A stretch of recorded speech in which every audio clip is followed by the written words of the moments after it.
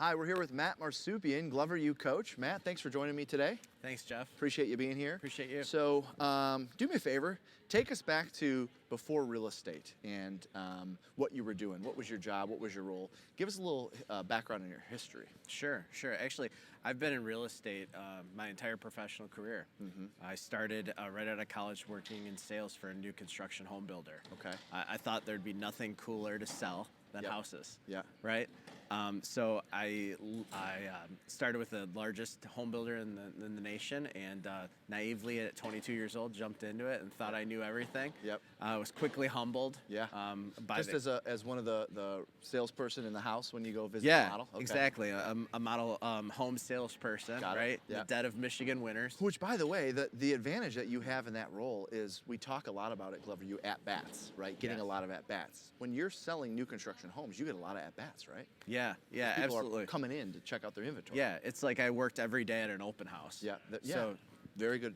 Yep. doing that, it comes absolutely natural to me. I remember actually starting, and I worked with a wonderful mentor, one of the best salespeople I'd ever met. And every day he would walk outside, he'd come in the door, and we would practice those at-bats. So when we didn't actually have customers, we were practicing. Wow. All right. So then where did you go from there? Yeah, so when the housing industry in Michigan took a change for the worse, right? Builders stopped building. Everyone was on a freeze. Exactly. Right? My community was mothballed, and I had to look at alternative opportunities. Yep. In fact, I joined a commercial real estate firm in Metro Detroit. Okay. And you did commercial real estate. Yeah, I quickly learned that it was very different.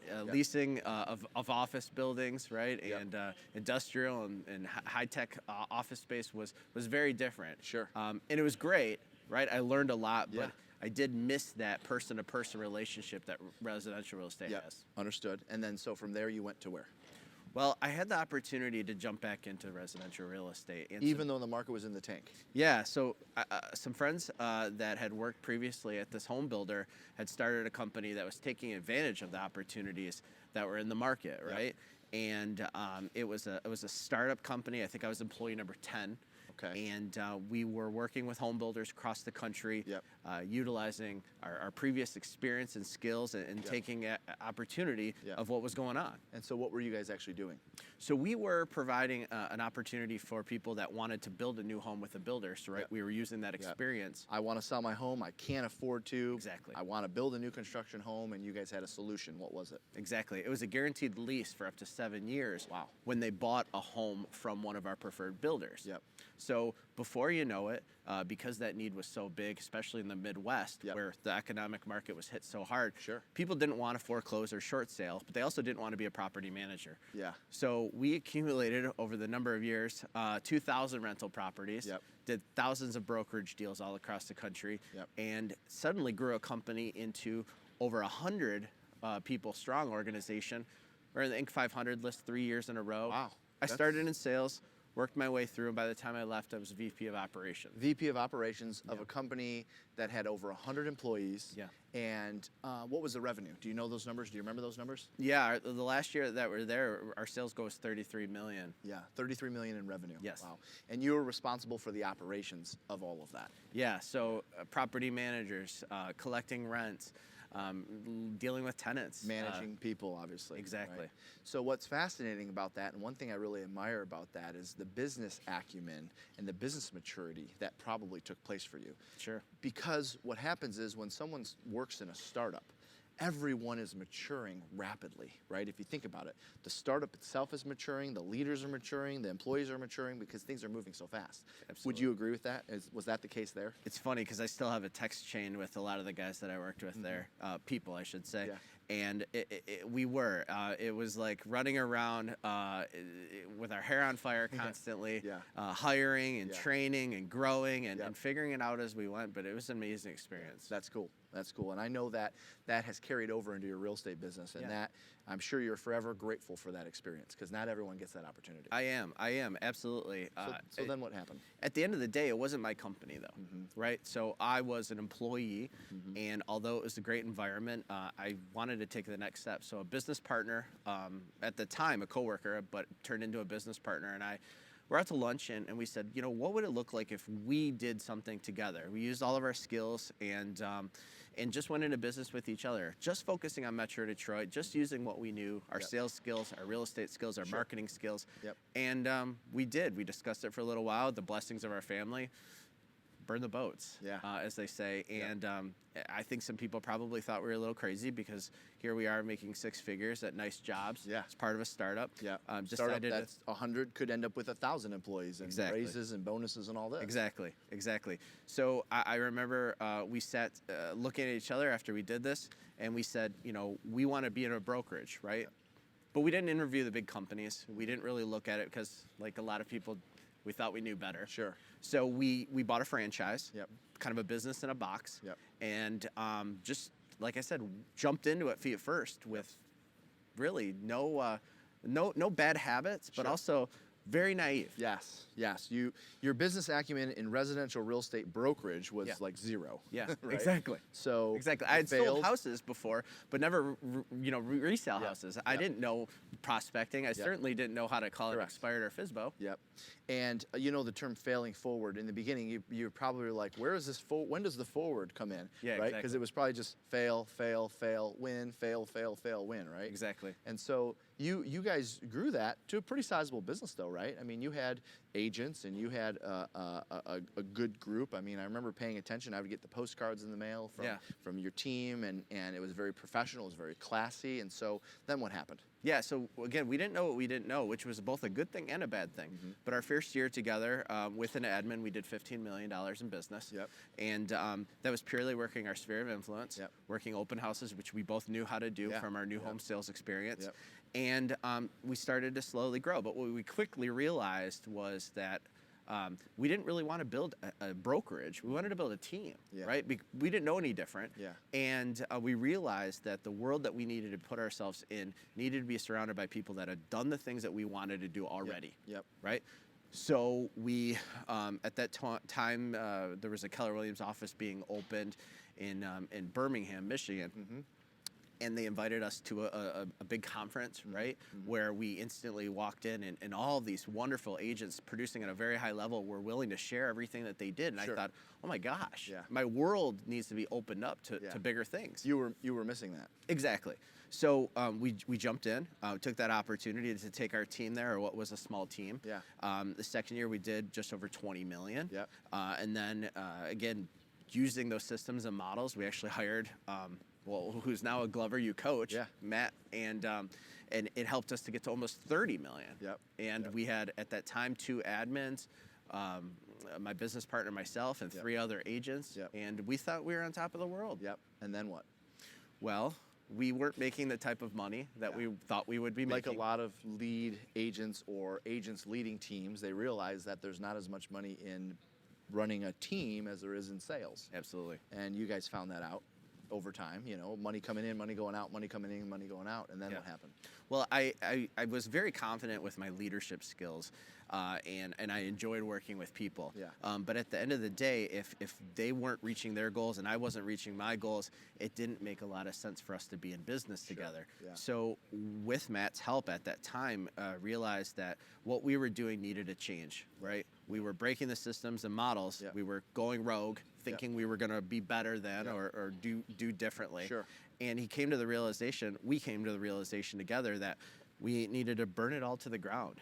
And it was some really tough decisions were made, and we decided to part ways through business. The great thing is all of the agents that we worked with are actually still in the business. They're doing better than ever. So and I still have really great relationships with them. But for us at that time, the team atmosphere just wasn't what it needed to be. And wasn't profitable. It or as wasn't profitable as you'd like it to be for the time you were putting in. Exactly. And so then you guys went your separate ways. You're still great friends now, and you essentially just became a solo agent. I came back to my desk. I went to a market center that was near my home, and I sat down and I said, what now, right? It was a little bit of a weight off my shoulders, but at the same time, I didn't have anyone to lean on, so I had to do it all myself. And you then learned how to do it on your own. Yeah. And you've probably sold how many homes in the last, say, 2-3 years? Yeah, last year was almost $8 million in sales as a solo agent. Yep. And what I really kind of missed, I love selling. I still do it. I'm a full-time agent. That's the number one way I feed my family. But I missed that helping others piece. Yeah. Right? That itch that I wanted to scratch. Yeah. So I was tapped on the opportunity to be a coach within our office, coaching agents. I coach nearly 100 agents. Nearly 100 agents you're coaching now. Yeah, from brand new to those that are in their couple of years of real estate. So you talk about at-bats. Oh my gosh, that many coaching clients at one time. I mean, you're hearing different stories and scenarios. I mean, as you're coaching, as we know as coaches, you grow, right? Yeah, you're growing and developing yourself. And so why Glover U? Why did you make the decision to join Glover U as a coach? Yeah, no, that's a great question.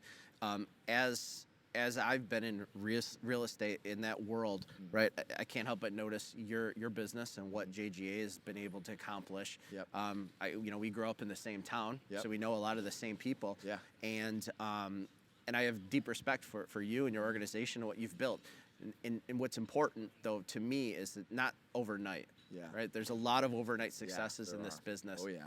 And one of the things that was very important to me is, successful over time, right? Yep. Because I think some people can have a really great year, Yep. but then all of a sudden they think they're going to sell books and trainings and coachings, and then they're out of the business the next year. Certified national, worldwide trainer, speaker, Exactly. connoisseur. I sold 36 homes last year, right? Exactly. Before Facebook, there was actually real estate coaches and trainers who were legit. Yeah. Right? Yeah. Absolutely. Now it's like you have to watch videos like this to find out whether this is legit or not. Exactly. I'm the #1 agent according to my mom. Right. That's right. Yep. Nope. I love that. So, in addition to seeing what you guys were building peripherally, right? I was watching, and I'm sure many people are watching. You talked about this earlier, is building this, where you're attractive. Yeah. Right? Not physically, although you look great. Thank you. Is when you're attractive as a business, and it makes people take notice. Yes. The people, the agents, the coaches that you've brought onto the company, including Matt, someone that I had coached with previously, I couldn't help but think, wow, I want to be a part of that. Yeah. Right? It's just like when I made that jump from owning my own brokerage to being a part of a bigger company.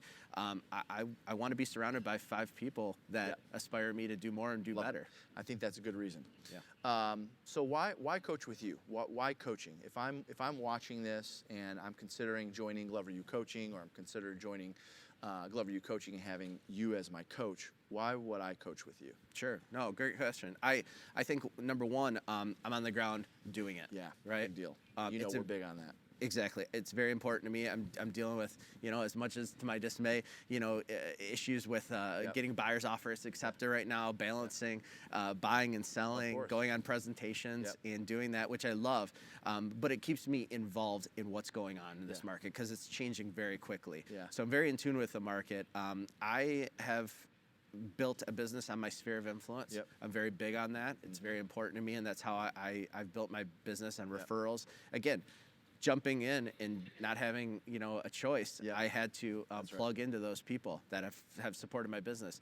I'm a father and a husband first. Yeah, I was just going to ask about your family. Yeah. So I'm married to my high school sweetheart, which I'm very proud of. Yeah. Dana supports my business. I have two wonderful kids that are 7 and 10. Yep. So I understand that balance between family and work, which is tough in this business. Yeah, and it's taken me a little bit, but I've had a firm understanding of my why. Yeah. Right, and what that leads me every day to work. Yeah. When I grew up, unfortunately, my father was not around a lot because he was working very, very hard. Yeah. And he built an incredible business, and we're able to enjoy that now. But unlike him, his father, passed away at a young age and didn't get to live that experience. Sure. So it's important for me as a father is to live those experiences with my kids now, not just work. Love that. Love that. Well, I think that you're a dynamic producer and you're a dynamic coach. Given your background before real estate and the brokerage path and the partnership and the solo agent, and obviously having a role where you're coaching nearly 100 agents, you would qualify to be my coach. That's for sure. Awesome. So thank you. Welcome, Matt. Appreciate it. Yeah, you bet. Thanks, Thank Jeff. you. Yep.